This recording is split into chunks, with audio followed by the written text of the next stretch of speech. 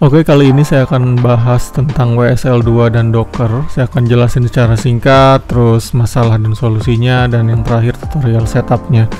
Windows Subsystem Linux atau yang biasa disebut dengan WSL adalah sebuah layer di dalam Windows yang berfungsi untuk merunning Linux binary secara natif. Atau gampangnya WSL itu adalah Linux di dalam Windows. Dan karena ini adalah subsystem, maka ketika kita menginstal sebuah Linux distribution, misalnya Ubuntu, Kali, atau Debian, CentOS, dan lain-lain, ketika kita menginstalnya di dalam WSL, kita tidak akan mendapatkan seluruh package dari distribution tersebut. Tidak seperti ketika kita menginstal Ubuntu di VirtualBox atau VMware misalnya. Yang akan kita dapatkan dari Linux distribution di WSL ini biasanya hanyalah inti atau core dari distribution tersebut, dan hanya dapat kita akses melalui terminal atau command line. Ya, ada banyak distribution di Microsoft Store yang bisa kita pakai untuk WSL. Distribution yang dipakai di WSL biasanya sudah dalam versi yang sangat minimalis, tanpa user interface atau gak ada UI-nya, sehingga CPU, memori, dan storage yang dipakai juga lebih sedikit dibandingkan jika merunning full OS di virtual machine. WSL ini juga sudah terintegrasi langsung dengan Windows, sehingga kita tidak perlu repot lagi kerja di dua operating system seperti kalau lagi pakai VirtualBox atau VMware. Visual Studio Code juga sudah menyediakan plugin untuk melakukan remote development, sehingga kita bisa development di Visual Studio Code tanpa harus meninggalkan Windows. Plugin-plugin yang ada pun sudah langsung terinstall di dalam distro yang kita pakai, tanpa perlu setup yang ribet, hanya tinggal install plugin seperti biasa kalau kita lagi pakai Visual Studio Code. File dalam WSL pun bisa langsung diakses dari Windows Explorer. Jadi udah seperti kerja dalam satu operating system sih. Windows sebagai user interface-nya dan Linux Power ada di belakangnya. Docker juga sudah mensupport integrasi langsung dengan WSL. Jadi kita tinggal menginstal Docker di Windows dan kita sudah bisa langsung akses Docker CLI dari terminal Linux distro yang kita pakai. Untuk instalasi Linux distro di WSL juga gampang banget karena kita tinggal buka Microsoft Store dan cari distro yang kita mau pakai, terus tinggal ya klik aja. Walaupun memang di Microsoft Store nggak lengkap ya, nggak semua distro Linux itu ada di Microsoft Store.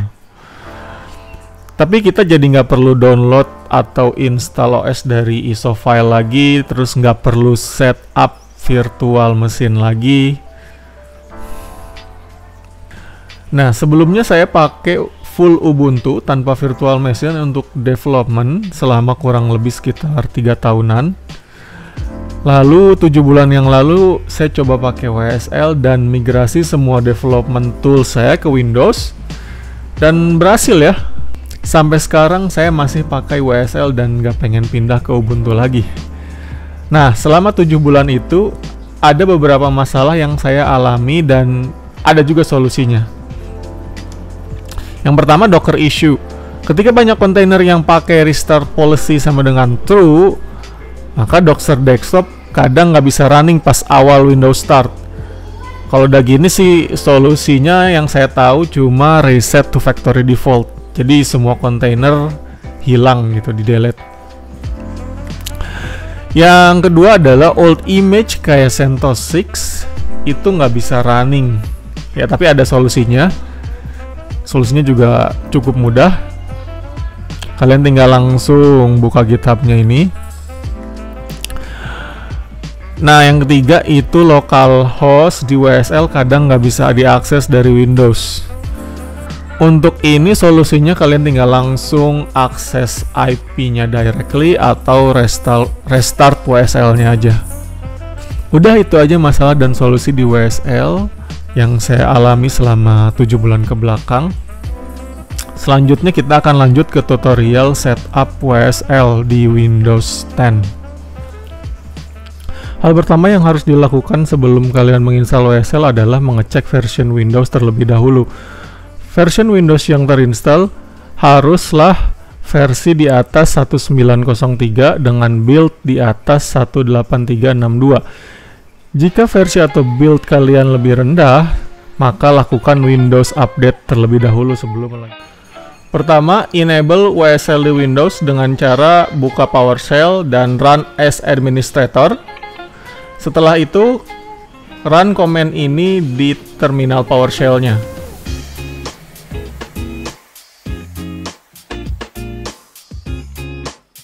Lalu enable virtual machine feature dengan command ini. Nanti semua komennya akan saya simpan di deskripsi video ya. Setelah itu, tinggal restart laptop atau PC kalian.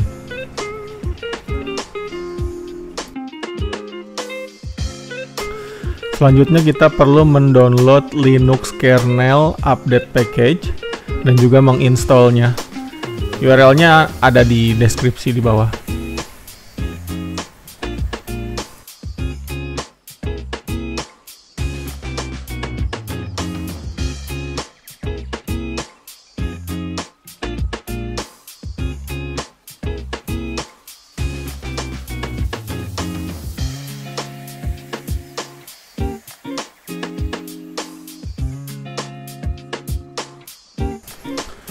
Lalu buka PowerShell lagi, dan kita harus memastikan bahwa WSL yang sudah di set itu adalah WSL yang version 2.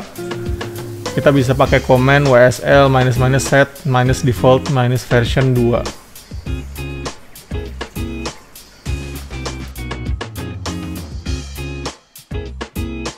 Lalu selanjutnya kita tinggal menginstal Linux distribution yang kita pengen. Kita tinggal buka Microsoft Store dan ketik Ubuntu atau Debian atau Kali Linux sesuai yang kalian butuhkan. Tapi di sini saya akan install Ubuntu.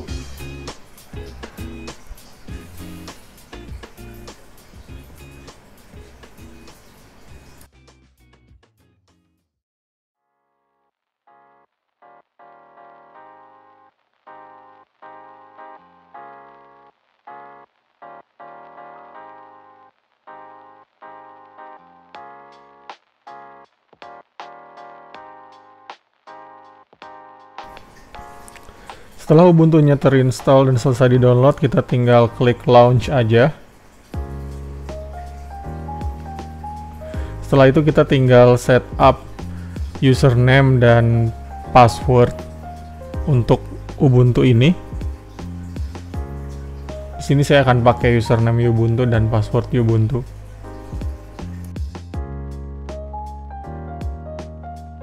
Untuk memastikan Ubuntu-nya sudah jalan, kalian bisa running aja komen-komen yang biasa di-execute di Ubuntu terminal, kayak misalnya ls, pwd, cat, cp, mv, dan lain-lain. Untuk melihat list Linux distribution yang sudah terinstall di WSL, bisa menggunakan komen WSL -list -verbose, dan kalian disitu bisa lihat semua Linux distribution yang sudah kalian install dan version WSL-nya. Kalau Ubuntu kalian masih pakai WSL version 1, kalian bisa ubah dengan WSL -set -version, terus nama Linux distribution-nya. Di sini saya Ubuntu dan version-nya. Di sini version 2.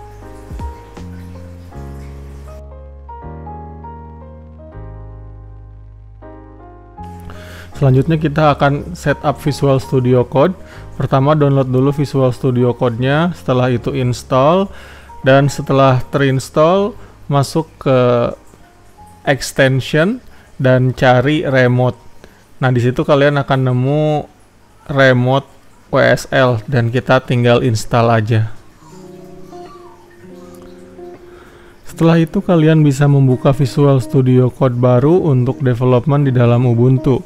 Caranya, klik Ctrl+Shift+P, lalu ketik New, lalu pilih New Window using distro, dan pilih distro yang kalian mau pakai. Visual Studio Code baru akan terbuka. Dan agar tidak bingung mana Visual Studio Code yang WSL dan mana yang bukan, kalian bisa lihat di pojok kiri bawah. Itu ada tulisannya. Di sini tulisannya WSL Ubuntu. Itu artinya Visual Studio Code tersebut sudah bisa dipakai untuk development di dalam Ubuntu. Dan kalau kalian buka terminalnya, itu adalah terminal Ubuntu. Di sini kalian bisa install dependensi-dependensi Ubuntu yang kalian butuhkan, kayak misalnya Git, npm, atau Node.js.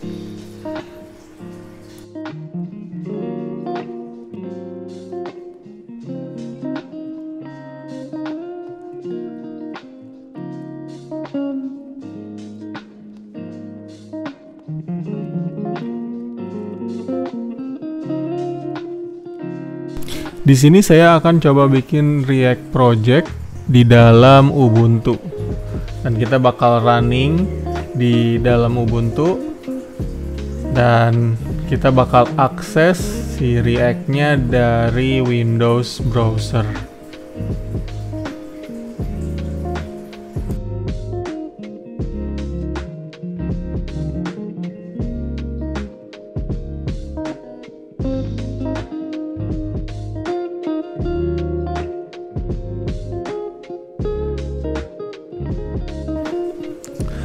Kalau kalian mau install PHP, Golang, ataupun yang lainnya, caranya juga sama kayak tadi. Yang perlu kalian perhatikan ialah pada saat instalasinya. Pastikan kalian menggunakan terminal Ubuntu yang ada di Visual Studio Code yang sudah terkoneksi dengan WSL. Sehingga semua binary ataupun library yang kalian butuhkan itu terinstall di Ubuntu dan running di sana, bukan running di Windows-nya. Dan yang terakhir kita akan setup Docker. Pertama kita install dulu Docker-nya. Gampang aja, buka websitenya Docker, lalu download Docker Desktop for Windows. Setelah download selesai, diinstal aja kayak biasa.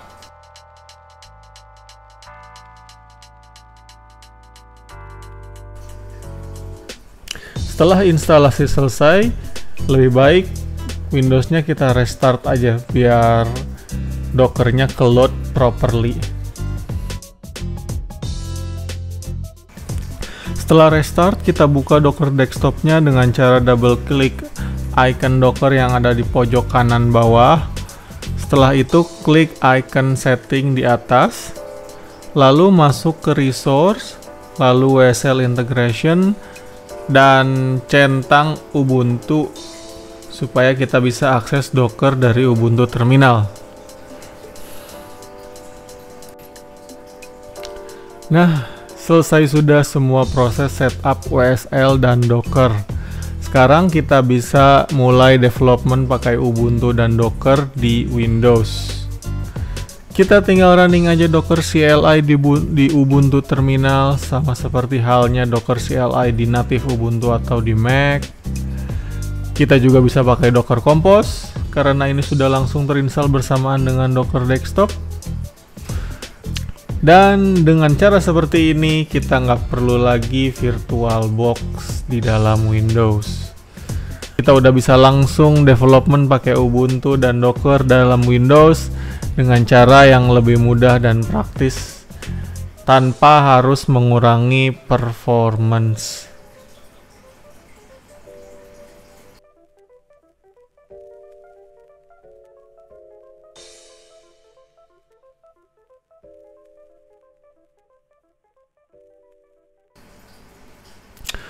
Oke, segitu aja video tutorial kali ini. Kalau kalian suka, kalian bisa like. Kalau kalian suka channel ini, bisa subscribe. Dan sampai jumpa di video selanjutnya. Bye.